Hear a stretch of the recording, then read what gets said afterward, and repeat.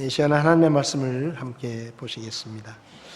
로마서 8장 28절에 있는 말씀 한 절만 보시겠습니다. 로마서 8장 28절 우리가 한 목소리로 같이 읽도록 하겠습니다. 우리가 알거니와 하나님을 사랑하는 자들 곧 그분의 목적에 따라 부르심을 받은 자들에게는 모든 것이 합력하여 선을 이루느니라. 아멘. 서신 채로 잠깐 기도하겠습니다. 살아계셔서 우리에게 말씀하시는 하나님, 이 혼탁한 시대를 살아가는 저희들에게 하나님의 말씀이 필요하고 하나님의 인도하심이 필요합니다. 세상의 지혜를 따르지 않고 하나님의 지혜를 따라 주님이 기뻐하시는 삶을 살 수 있도록 이 시간 말씀을 통해 저희들을 가르치시고 성령께서 깨닫게 하시고 그 말씀에 순종하는 삶으로 주님께 영광을 돌릴 수 있도록 저희들을 도와주시기를 원합니다. 부족한 종을 붙들어 주시고 주님께서 친히 쓰셔서 오직 하나님의 말씀만 선포되게 도와주시기를 원합니다. 성도들의 마음을 열어주시고 이 말씀이 우리 모두에게 큰 격려가 될 수 있도록 주께서 도와주시옵소서. 예수님의 이름으로 기도했습니다. 아멘. 자리에 앉으시기 바랍니다.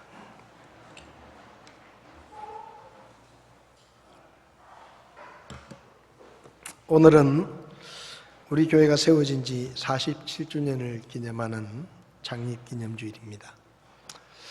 통계를 보면 해마다 3,000개 내지 4,000개 정도의 교회들이 개척된다고 합니다. 그런데 한 해에 문을 닫는 교회도 3,000개가 넘는다고 합니다. 하루에 8개 이상의 교회가 문을 닫는다는 말입니다.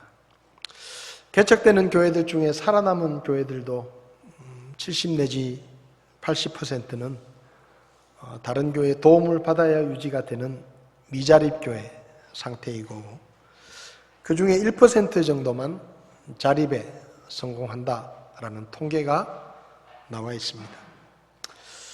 이런 어려운 시기에 우리 교회가 창립 47주년을 맞는다는 것은 전적으로 하나님이 베풀어 주신 은혜 때문이라고 생각합니다. 하나님 앞에 감사를 드립니다. 그리고 고 추인호 목사님과 원로 사모님을 비롯해서 그동안 우리 교회를 사역했던 많은 사역자들의 수고와 희생이 있었을 것이고 또 이 자리에 계시는 원로 집사님들과 또 부치님, 모치님들 또 성도님들께서 그동안 교회를 사랑하고 힘을 다해 헌신하며 수고해 주셨기 때문에 오늘 우리 교회가 있다는 것을 기억하면서 교회를 대표해서 모든 분들께 감사를 드립니다. 교회 창립기념주일을 맞아서 오늘 본문의 말씀을 통해서 우리가 알아야 할 3가지라는 제목으로 말씀을 좀 드리려고 합니다. 오늘 본문을 보면 사도 바울은 우리가 알거니와 라고 시작합니다.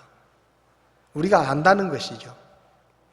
사도 바울이 알고 있는 것을 지금 내가 이야기한다라는 뜻입니다. 우리가 알거니와 하나님을 사랑하는 자들 곧 그분의 목적에 따라 부르심을 받은 자들에게는 모든 것이 합력하여 선을 이루느니라. 이 말씀은 우리가 잘 알고 익히 암송하고 있는 말씀이기도 하고 우리가 참 좋아하는 그런 말씀 중에 하나일 것입니다. 오늘 본문을 통해서 사도 바울이 안다고 이야기했던 3가지를 우리도 알기 원하는 마음으로, 아니 우리가 이미 알고 있지만 다시 한번 우리가 알고 있는 것을 확인하면서 이 말씀이 우리 모두에게 큰 복이 되었으면 좋겠습니다. 사도 바울은 우리가 안다라고 말합니다. 내가 안다.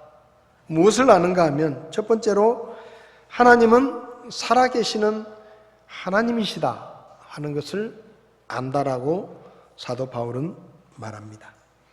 우리가 알거니와 하나님을 사랑하는 자들 곧 그분의 목적에 따라 부르심을 받은 자들에게는 모든 것이 합력하여 선을 이룬다 라고 사도 바울이 말했는데, 사도 바울이 이렇게 말을 할 수 있었던 것은 사도 바울이 믿는 하나님이란 분이 살아 계시는 하나님이라는 믿음 때문일 것입니다. 하나님이 살아 계시기 때문에 하나님을 사랑하는 자들에게는 모든 것이 합력해서 선을 이루게 하신다라고 사도 바울은 말합니다. 성경을 보면 우리 믿음의 조상들은 모두가 다 살아계신 하나님을 믿었습니다. 다윗은 살아계신 하나님을 믿었습니다. 사무엘상 17장을 보면 군대 간 형들이 잘 있는지 보고 오라는 아버지의 심부름으로 다윗이 블레셋과 전쟁을 하고 있는 전쟁터에 갔습니다. 거기서 다윗은 블레셋 장군인 골리앗이 큰 소리로 이스라엘 군대를 욕하는 말을 듣습니다. 그 말을 듣고 다윗은 이렇게 말합니다. 이 할례받지 않은 블레셋 사람이 누구이기에 그가 살아계시는 하나님의 군대에 도전하느냐? 다윗은 골리앗이 이스라엘 군대를 모욕하고 그들을 비난하며 도전하는 것을 살아계신 하나님의 군대에 도전하는 것이라고 말했습니다. 그리고 사울 왕이 골리앗과 싸우러 나가는 것을 말릴 때도 다윗은 사울 왕에게 지금 골리앗은 이스라엘 군대를 욕하는 것이 아니라 살아계신 하나님을 욕하고 있는 것입니다. 그래서 내가 싸우러 나가면 그 살아계신 하나님께서 반드시 내가 승리하도록 도와주실 것입니다 라고 사무엘상 17장 32절에서 37절의 말씀에 그렇게 말했습니다. 다윗은 살아계신 하나님을 믿었습니다. 그래서 그는 골리앗과 싸우는 것을 두려워하지 않았고 담대하게 나가서 싸웠고, 그가 믿는 살아계신 하나님께서 다윗이 골리앗을 물리치고 승리할 수 있도록 도와주셨습니다. 엘리야도 하나님의 살아계심을 믿었습니다. 선지자 엘리야는 어느 날 하나님께로부터 이스라엘의 왕인 아합 왕에게 가서 아합 왕이 죄를 지어서 하나님께서 이 땅에 비와 이슬을 내리지 않을 것이라고 책망의 말씀을 전하라고 하나님께로부터 메시지를 듣습니다. 우리가 잘 알듯이 아합 왕은 북왕국 이스라엘의 역사 중에 가장 포악한 왕이었습니다. 만약에 엘리야가 가서 그 아합 왕에게 하나님의 심판과 하나님의 저주의 말씀을 전하면 어쩌면 그 악한 왕에게 목숨을 잃을지도 모릅니다. 그런데 엘리야는 담대하게 아합 왕에게 가서 하나님의 말씀을 전합니다. 열왕기상 17장 1절을 보면 길르앗 거주민 디셉 사람 엘리야가 아합에게 이르되 내가 서서 섬기는 주 이스라엘의 하나님께서 살아 계심을 두고 맹세하노니 내 말이 있지 아니하면 이 몇 년 동안 이슬이나 비가 있지 않을 것이다 라고 말합니다. 그는 살아계신 하나님을 믿었기 때문에 갈멜산에서 바알의 대언자들과 대결을 제안합니다. 850명의 바알의 대언자들과 자기 신을 위한 제단을 쌓아놓고 하늘에서 불을 내려 재물을 태우는 신을 참 신으로 믿자고 도전을 하고 그는 대결에 임합니다. 그의 믿음대로 살아계신 하나님께서는 엘리야의 단 한 번의 기도를 들으시고 하늘에서 불을 내리셔서 물에 흠뻑 젖은 재물과 제단의 돌까지 다 태우시며 모든 백성들 앞에서 하나님이 살아계신 하나님이시고 엘리야가 하나님의 종이라는 것을 분명하게 보여주셨습니다. 다윗과 엘리야뿐만 아니라 우리 믿음의 조상들은 모두 살아계신 하나님을 믿었습니다. 그 믿음 때문에 그들은 어떤 상황에서도 두려워하거나 낙심하지 않았고 항상 담대하게 믿음의 삶을 살았다는 것을 우리는 성경을 통해 볼 수가 있습니다. 히브리서 11장 6절은 믿음을 이렇게 말합니다. 그러나 믿음이 없이는 하나님을 기쁘게 하지 못하나니 그분께 가는 자는 반드시 그분께서 계시는 것과 또 그분께서 부지런히 자신을 찾는 자들에게 보상해 주시는 분이심을 믿어야 한다라고 말합니다. 이 말씀의 핵심은 이것입니다. 하나님을 믿는다고 하면 하나님이 살아계시고 그분께서 그분을 부지런히 찾는 자들에게 보상해 주시는 살아계신 하나님이라는 것을 믿어야 한다. 그것이 진짜 믿음이고 그것이 바로 하나님을 기쁘시게 하는 믿음이다 라고 말합니다.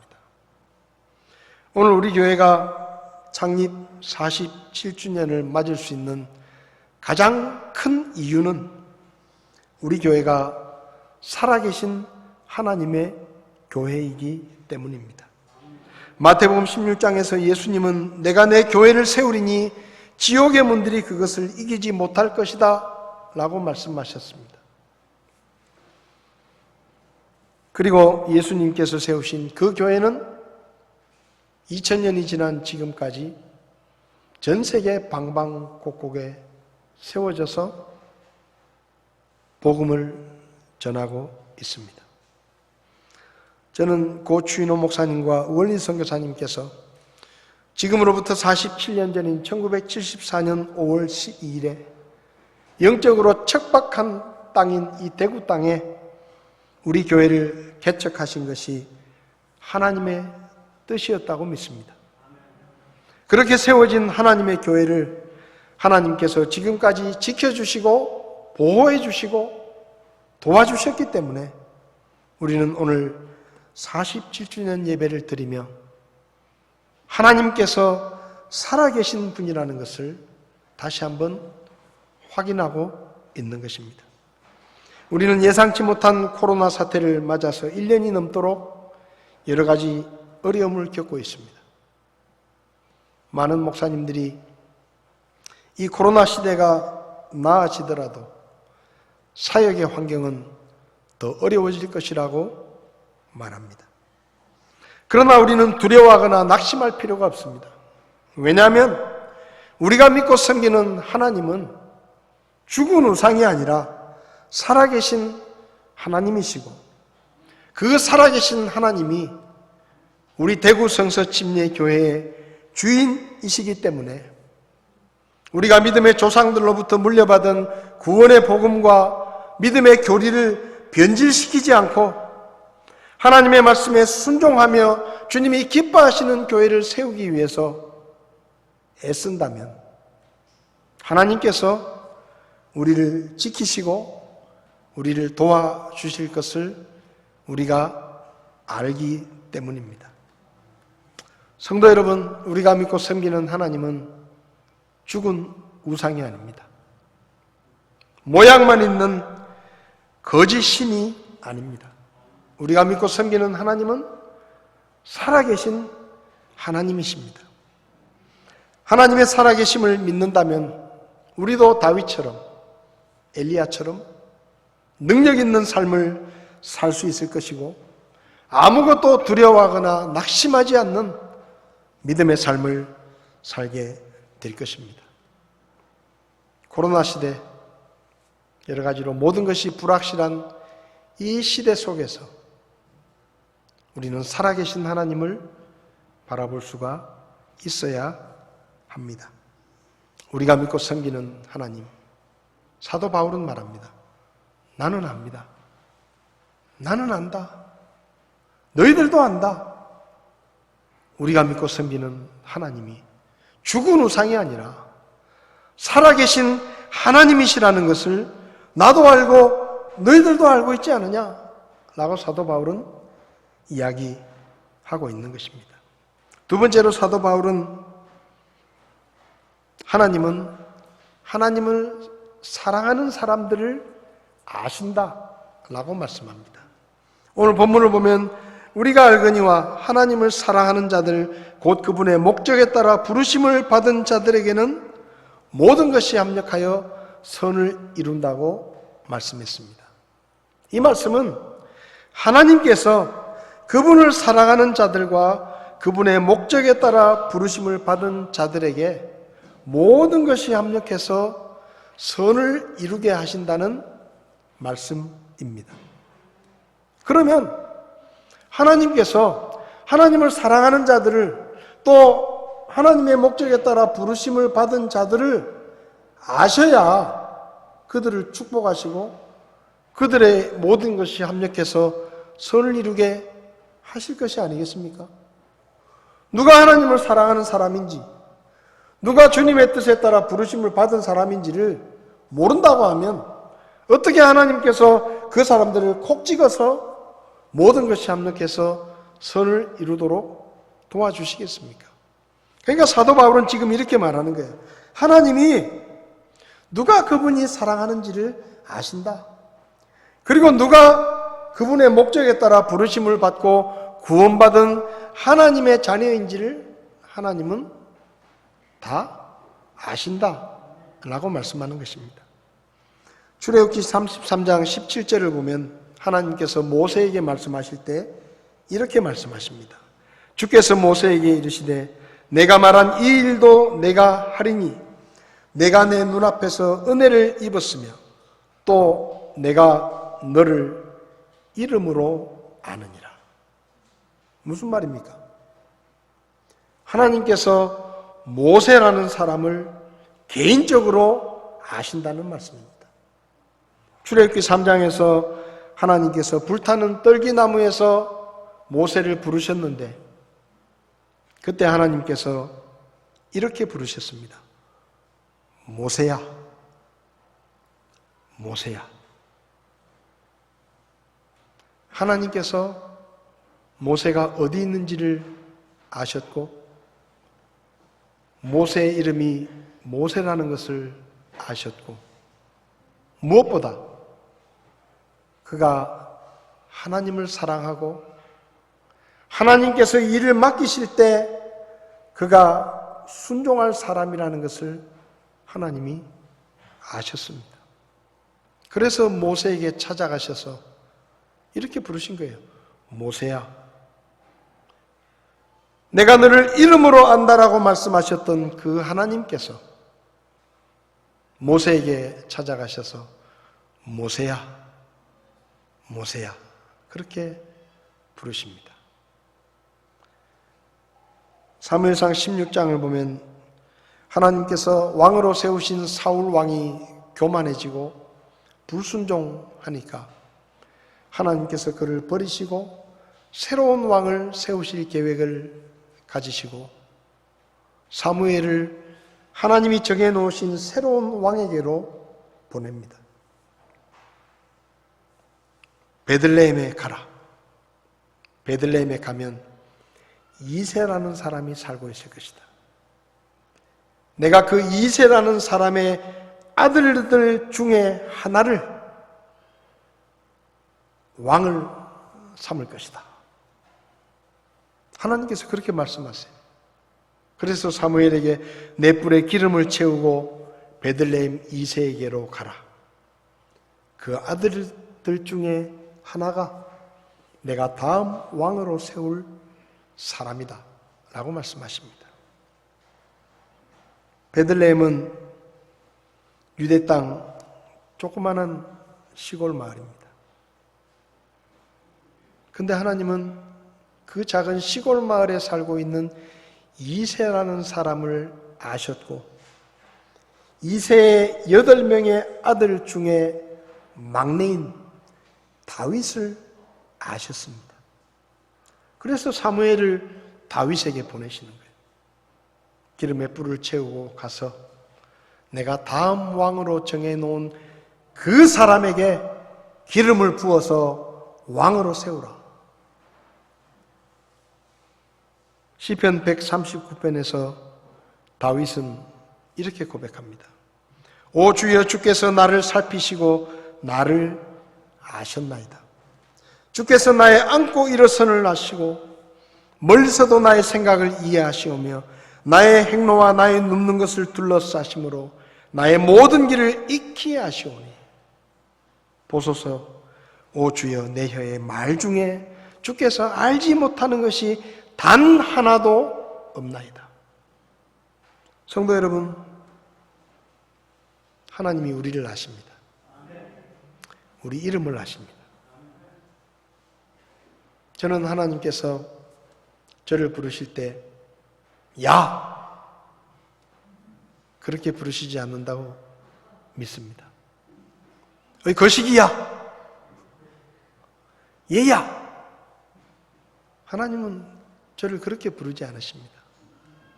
하나님은 저를 동수야 이렇게 부르십니다. 78억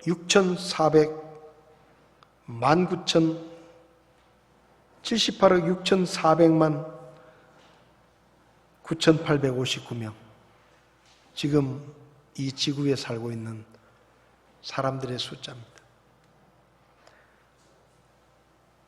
78억 6,401만 9,859명 중에 나는 한 사람입니다.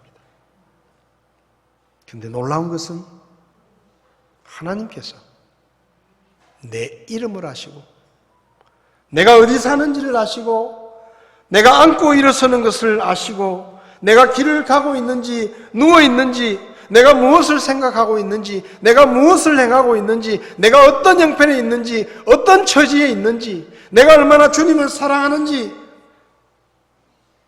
다 아신다는 거예요. 여러분, 무엇보다 하나님은 주님의 교회와 성도들을 아십니다. 우리 교회가 세워진 지 47년이 되었습니다. 그런데 아직도 이 대구 땅에 우리 교회가 있다는 것도 모르는 사람들이 많습니다. 우리 교회는 오해를 많이 받습니다. 성서 침례교회예요. 그래서 전화가 오면 대부분의 사람들이 혹시 교회가 성서에 있습니까? 이렇게 묻습니다. 성서에 있는 침례교회인 줄 알아요. 실제로 우리 교회를 찾아오다가 성서에서 헤매다가 교회를 못 찾고 그냥 가셨다는 분도 있습니다. 근데 성도 여러분, 대구에 사는 사람들이 우리 교회를 모르더라도 하나님은 아십니다. 이 대한민국 땅에 6만 5천 개의 교회가 있다고 말하고 대구 땅에 2천 개가 넘는 교회가 있습니다. 근데 하나님은 그 중에 하나인 대구 성서 침례 교회를 아십니다. 그리고 대구 성서 침례 교회에서 어렵지만 힘을 다해서 헌신하며 교회를 세우기 위해서 눈물로 기도하며 희생하며 수고하며 헌금을 드리고 시간을 드리고 몸을 들여서 주님의 교회를 세우기 위해서 몸부림치고 있는 우리 각 사람을 하나님은 아십니다. 요한계시록을 보면 예수님께서 소아시아의 7교회에 편지를 보내라고 하셨습니다. 사도 요한이 밤모섬에서 하나님께로부터 메시지를 받아서 성경에 기록합니다. 소아시아의 7개의 교회들에게 보낸 예수님의 편지에서 빠지지 않고 나오는 구절이 뭔지 아십니까? 내가 안다 라는 것입니다. 내가 안다. 너희들의 수고를 안다. 너희들의 희생을 안다. 너희들의 믿음을 안다. 너희가 어떻게 믿음을 가지고 있고 어떤 신앙을 가지고 어떻게 주님을 섬기고 있는지, 어떻게 교회를 세워가고 있는지, 어떻게 힘겹게 고난과 핍박을 받으면서 교회를 지켜가고 있는지 내가 안다. 주님은 그렇게 말씀하십니다. 요한계시록 3장 7절에서 8절을 보면 필라델피아에 있는 교회의 천사에게 쓰라. 거룩하니 진실하니 다윗의 열쇠를 가진 이가 이것들을 말하노라. 그가 열면 아무도 닫지 못하고 그가 닫으면 아무도 열지 못하느니라. 그 다음에 이렇게 말씀합니다. 내가 내 행위를 아노라. 보라, 내가 내 앞에 열린 문을 두었으니 아무도 그것을 닫지 못하리라. 네가 적은 힘을 가지고도 내 말을 지키며 내 이름을 부인하지 않았다. 필라델피아 교회는 큰 교회가 아니었던 것 같습니다. 성도들도 별로 없고, 성도들 중에 잘 사는 사람도 별로 없고, 어려운 핍박과 고난을 받으며 그 적은 교회가, 주님 말씀하십니다. 네가 적은 힘을 가지고도 내 말을 지키며 믿음의 교리를 지키며 진리를 지키며 타협하지 않고 변질시키지 않고 내 이름을 부인하지 않고 내 이름을 욕되게 하지 않았다. 예수님은 알고 계셨습니다. 어느 교회가 어떤 믿음으로, 어느 교회가 어떤 형편에서 어떤 모습으로 주님을 섬기고 있는지, 어느 교회가 얼마나 힘들게 믿음을 지키고 있는지, 어느 교회가 얼마나 많은 대가를 치르며 복음을 지키고 순수한 믿음을 지키기 위해서 대가를 치르고 있는지 주님이 아신다고 말씀하십니다. 우리 교회가 창립 47주년을 맞기까지 사역자와 성도 한 사람 한 사람이 얼마나 주님을 사랑하는지, 주님을 위해 무엇을 희생하고 헌신했는지, 주님의 교회를 위해 얼마나 눈물을 흘리며 기도하고 수고했는지, 순수한 복음과 교리를 지키기 위해 무엇을 포기하고 얼마나 애썼는지도 하나님은 다 아실 것입니다. 성경이 가르치는 복음과 진리를 떠나 타협하고 변질시키고 말씀의 가르침을 벗어나 사람들의 교회로 변질되고 있는 교회들이 많은 시대, 우리 교회가 믿음의 조상들이 피 흘려 지켜서 전해준 그 복음과 그 교리를 지키고 있는 것을 하나님은 아십니다. 그래서 하나님은 우리 교회를 지키시고 보호하시고 도와주실 것이고 우리 성도님들을 하나님께서 책임져 주실 것이고 여러분들의 수고와 헌신에 하나님께서 반드시 갚아 주실 것입니다. 저는 그렇게 믿습니다. 우리 교회가 큰 교회는 아닙니다. 자랑할 만한 건물을 가진 교회도 아닙니다. 주일마다 수많은 사람들이 예배당 밖으로 밀려 나오는 그런 교회도 아닙니다. 어쩌면 47년이나 됐는데 아직도 교회가 이렇게 적으냐 라고 이야기할지 모릅니다. 그렇지만 우리 교회는 주님께서 전해주시고 사도들이 물려받고 우리 믿음의 선배들이 피 흘리며 목숨을 바치고 지켜서 우리에게까지 전해 주었던 그 순수한 복음과 믿음의 교리를 지키고 있는 교회입니다. 성지순례를 가면 초기 교회들의 유적들이 많이 있습니다. 근데 그 유적지들을 가보면 교회 터가 있는 곳에는 반드시 침례탕이 있습니다. 반드시 침례탕이 있어요. 장로교 사람들은 성지순례를 가면 관광 가이드가 그 침례탕을 뭐라고 소개하는지 아세요?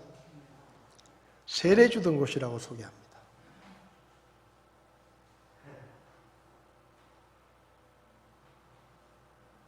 제가 장로교회를 비난하는 것이 아닙니다. 그들은 그들의 믿음대로 성실하게 사역을 하고 있을 것입니다. 그런데 예수님께서 마태복음 28장에 제자들에게 아버지와 아들과 성령의 이름으로 주라고 했던 것은 침례이지 세례가 아닙니다. 우리는 그 침례를 지키고 있습니다. 불편합니다. 번거롭습니다. 심지어 다른 데서 세례를 받고 온 사람들에게 성경적인 방법이 침례니까 침례를 다시 받으십시오라고 말하면 이상하게 생각합니다. 근데 왜 우리가 침례를 줍니까? 그게 주님께서 가르치신 방법이기 때문입니다. 많은 것들이 그렇습니다. 조금 양보하고 조금 바꾸고 그러면 더 나아질 수도 있습니다. 그러나 주님의 교회는 주님의 말씀대로 해야 되는 것입니다. 그래야 그게 주님의 교회죠. 우리 교회가 우리가 생각하는 만큼 커지지는 않았을지라도 우리가 순수한 믿음을 지키고 성경적인 믿음을 지키고 많은 대가를 치르면서 여기까지 왔다는 것을 하나님은 아실 것입니다. 여러분들이 집에서 교회까지 오는 동안 수많은 교회를 지나오셨을 것입니다. 왜 그 수많은 교회를 가지 않고 대구 성서침례교회를 찾아오십니까? 우리 교회가 뭐 그렇게 대단합니까? 좋은 시설이 있습니까? 많은 혜택을 줍니까? 그렇지 않은데 왜 그 먼 길을 마다하지 않고 이곳에 와서 예배를 드리십니까? 저는 여러분들이 우리 교회가 변질되지 않은 복음과 성경적인 믿음을 지키고 있다는 사실을 여러분들이 아시기 때문에 수많은 교회를 거치면서 여기까지 오신다고 믿습니다. 그렇습니다. 그게 교회입니다. 어떤 어려움과 어떤 핍박이 있더라도 주님이 처음에 주셨던 그 믿음과 그 복음과 그 교리를 변질시키지 않고 사람의 교회로 변하지 않고 예수님의 교회로 남아있는 그 교회가 주님의 교회이고 주님께서 아시는 교회입니다. 주님은 말씀합니다. 사랑하는 사람들을 아신다. 하나님을 사랑하는 사람들을 아신다. 예수님께서 말씀하셨죠. 나를 사랑하는 자는 내 계명을 지킨다고 말씀했습니다. 우리 교회가 하나님을 사랑하기 때문에 믿음의 교리를 지키고 복음을 양보하지 않고 지키고 있다는 사실을 하나님이 아십니다. 하나님은 누가 그분을 사랑하는지, 누가 그분의 진리를 위해서 함께 서 있는지를 하나님은 아십니다. 저는 우리 대구 성서침례교회를 하나님께서 아실 것이라고 믿습니다. 그리고 우리 교회를 사랑하실 것이라고 믿습니다. 우리 교회가 앞으로도 이 복음과 이 교리를 변질시키지 않는다면 살아계신 하나님께서 우리 교회를 지키실 것이고 도와주실 것입니다. 사도 바울은 세 번째로 그 하나님께서 하나님을 사랑하는 자들에게 모든 것이 합력해서 선을 이루게 하신다는 것을 안다라고 말합니다. 만약에 이 말씀을 평탄한 삶을 살았던 사람이 한 말이라면 우리는 이렇게 말할 것입니다. 자기가 편하게 살았으니까 그런 소리 하지. 그렇게 말할 거예요. 그런데 오늘 본문의 말씀을 기록한 사도 바울은 예수님을 믿은 후에 평생을 고난과 핍박 가운데서 힘겨운 삶을 살며 고통스러운 인생을 살았던 사람입니다. 그 사도 바울이 말합니다. 하나님은 모든 것이 합력해서 선을 이루게 하신다. 아마 사람들은 이 말씀에 동의하지 않을 것입니다. 도대체 사도 바울의 삶이 하나님이 이루어주신 선이 뭐냐? 죽을 고생을 하고 매를 맞고 가는 곳마다 핍박을 당하고 감옥에 갇히고 돌에 맞고 그게 선이냐? 그렇게 말할지 몰라요. 여기서 말하는 모든 것 속에는 기쁘고 좋은 일도 있지만 어렵고 힘든 일까지 우리의 삶의 모든 일들이 바로 사도 바울이 말한 모든 것입니다. 고린도서 11장을 보면 사도 바울은 정말로 죽을 고생을 했습니다. 아니 여러 번 죽을 뻔했다라고 그는 말합니다. 가는 곳마다 그를 죽이려는 사람들이 기다리고 있었고 그는 도망을 쳐야 했고 선을 행하면 악이 돌아오고 사람들의 반대와 핍박이 끊이지 않았습니다. 바리새인으로 태어나 모든 사람들의 인정을 한 몸에 받으며 잘 나가던 바울은 다마스쿠스로 가던 길에 부활하신 예수님을 만나서 믿은 후에 이방인들에게 복음을 전하라는 하나님의 뜻을 깨닫고 순종했습니다.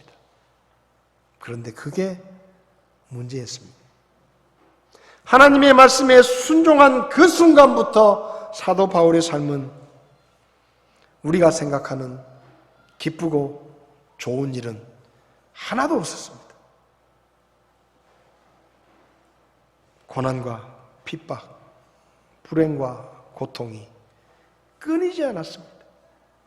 그런데도 바울은 말합니다. 하나님께서 모든 것이 합력해서 선을 이루게 하셨다. 사도행전 16장을 보면 사도 바울이 2차 전도여행 때 빌립보에 들렀는데 점치는 영에 사로잡힌 소녀에게서 악한 영을 내쫓고 고쳐준 일이 있습니다. 좋은 일을 했어요.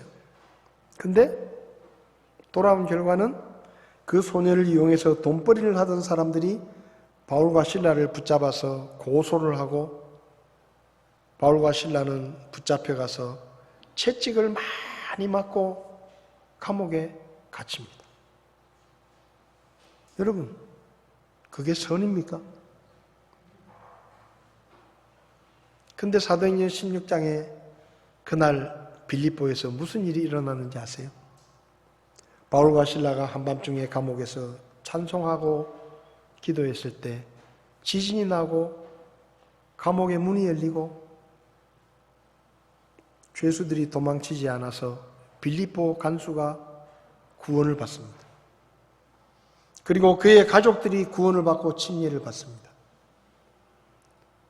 그리고 우리에게는 정말로 중요한 말씀인 빌립보 간수가 선생들이여 내가 어떻게 해야 구원을 받으리이까?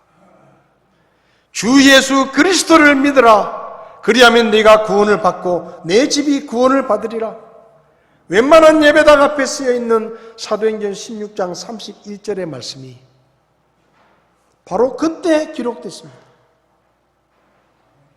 바울이 채찍에 맞고 감옥에 갇힌 일 때문에 빌립보 교회가 세워지는데 빌립보 간수의 가족이 구원받고 침례받고 주 예수를 믿으라. 그리하면 내가 구원을 받고 내 집이 구원을 받으리라는 이 말씀이 바로 그 빌립보에서 기록된 말씀이에요.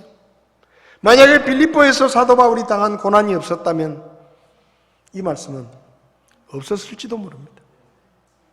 빌립보서 1장을 보면 사도 바울이 로마 감옥에 갇혔습니다. 그런데 사도 바울이 말합니다. 그러나 형제들아, 내게 일어난 일들이 도리어 복음을 진전시키는 기회가 된 줄을 너희가 알기를 내가 원한다. 로마 감옥에 갇혔습니다. 그런데 바울이 말합니다. 내가 감옥에 갇힌 것 때문에 오히려 복음이 더 널리 전파되게 됐다. 유익이 됐다. 선이 됐다.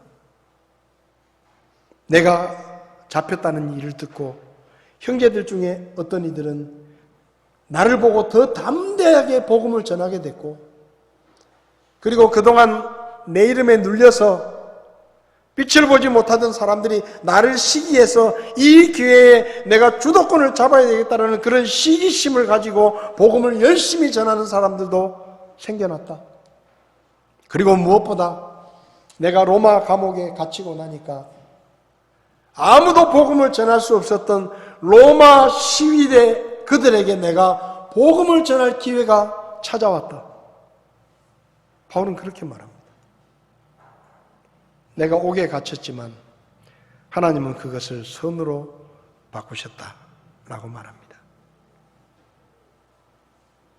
요셉이 창세기 50장 20절에서 자기를 배신하고 팔아넘긴 형들이 아버지 야곱이 죽고 난 다음에 저 요셉이 아버지가 살았을 때는 우리를 잘 봐줬지만 이제 아버지가 돌아가셨으니 분명히 우리에게 복수를 할 것이다라고 두려움에 떨고 있을 때 요셉이 그 형들에게 뭐라고 말했는지 아십니까? 오직 당신들로 말하건대 당신들은 내게 악을 행하려고 생각하였으나 오히려 하나님은 그 일을 선이 되도록 계획하시고 이루셔서 이날과 같이 많은 사람을 살려두게 하셨습니다. 당신들은 나를 악하게 대했고 돈을 받고 나를 팔아넘기고 나를 배신했지만 하나님은 그것조차도 선으로 바꾸셔서 내가 당신들을 살리게 해주셨다는 말입니다. 하나님은 그런 하나님이십니다. 왕의 신상에 절하지 않았다는 이유 때문에 불타는 용광로에 던져졌던 다니엘의 세 친구의 이야기와 왕이 기도하지 못하도록 명령했지만 알고도 창문을 열고 기도했던 다니엘이 사자굴 속에 갇혔다는 이야기와 성경에 기록된 수많은 이야기들을 통해서 우리는 모든 것이 합력해서 선을 이루게 하시는 하나님을 얼마든지 찾을 수가 있습니다. 우리 하나님은 그런 분이십니다. 오늘 우리의 삶이 어렵고 힘들더라도 믿음으로 사는 것 때문에 당장은 불이익을 당하고 손해를 보더라도 고난과 핍박을 당하며 고통을 당하더라도 언젠가 하나님께서 그 모든 것을 합력해서 선을 이루게 하실 것입니다. 지금 우리가 겪는 코로나 사태도 언젠가 하나님께서 선으로 바꾸어 주실 것이라고 저는 믿습니다. 교회 창립 47주년을 맞으며 오늘 사도 바울이 안다고 말했던 하나님은 살아계신 분이시고 그 살아계신 하나님께서 하나님을 사랑하는 나를 아시고 우리 교회를 아시고 그리고 마침내 모든 것이 합력해서 선을 이루신다는 것을 기억하고 흔들리지 말고 믿음 안에서 더욱 열심히 주님을 섬기며 주님 앞에서는 그날까지 믿음의 진리를 지키며 하나님께 영광을 돌리는 저와 여러분들과 우리 교회가 될 수 있기를 바랍니다. 기도하시겠습니다.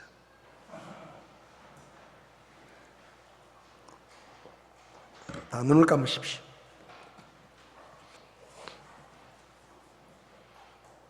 여러분 아십니까? 우리가 믿고 섬기는 하나님은 살아계신 하나님이십니다. 살아계신 하나님을 믿는다고 하면서 죽은 우상을 믿는 것처럼 살지 마십시오. 아무것도 두려워하거나 낙심하지 마십시오. 우리 하나님은 살아계신 하나님이십니다. 그리고 그분이 우리를 아십니다. 우리 이름을 아십니다. 모세야 모세야라고 부르셨던 그 하나님께서 오늘 우리를 향해 우리의 이름으로 우리를 부르십니다. 사람들이 알아주지 않아도, 내가 그렇게 유명한 사람이 아니더라도, 우리 교회가 그렇게 유명한 큰 교회가 아니더라도 하나님은 우리를 아시고 우리 교회를 아시고 우리가 주님을 사랑하는 것을 아십니다.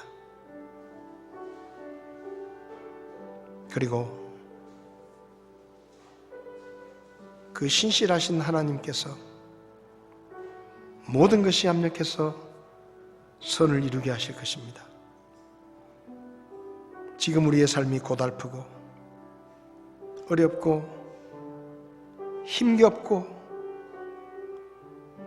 하는 일이 잘 안 되는 것 같고 얻는 것이 없는 것 같고 믿음 때문에 불이익을 당하고 손해를 보는 것 같고 이 적은 교회에서 눈물 놓기도 하며 주님을 섬기는 것이 아무런 유익이 없는 것처럼 보이고 큰 열매가 없는 것처럼 보여도 우리 주님께서 우리의 눈물과 우리의 수고와 우리의 희생과 우리의 헌신을 아십니다. 우리가 얼마나 주님을 사랑하고 있는지를 아십니다. 그리고 그 주님께서 반드시 모든 것이 합력해서 선을 이루게 하실 것입니다. 낙심하지 마십시오. 두려워하지 마십시오. 주님 앞에 서는 날까지 믿음의 자리를 떠나지 마십시오. 흔들리지 마십시오. 살아계신 하나님을 믿고 그분이 이루실 선을 기대하며 주님 앞에 서는 날까지 믿음의 길을 한 걸음 한 걸음 계속해서 걸어가는 저와 여러분들이 될 수 있기를 바랍니다. 서로 붙들어주며 서로 격려하며 서로 사랑하며 서로 아끼며 넘어졌을 때 일으켜주며 우리가 함께 손잡고 주님 앞에 서는 날까지 믿음의 길을 계속 걸어간다면 하나님께서 우리를 통해 그분의 뜻을 이루어 가실 것입니다.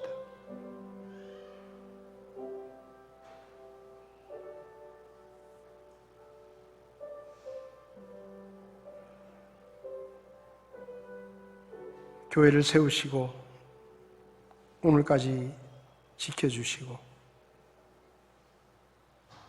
오늘 47주년 감사 예배를 드릴 수 있는 영광을 우리에게 허락해 주신 하나님의 은혜를 감사합니다.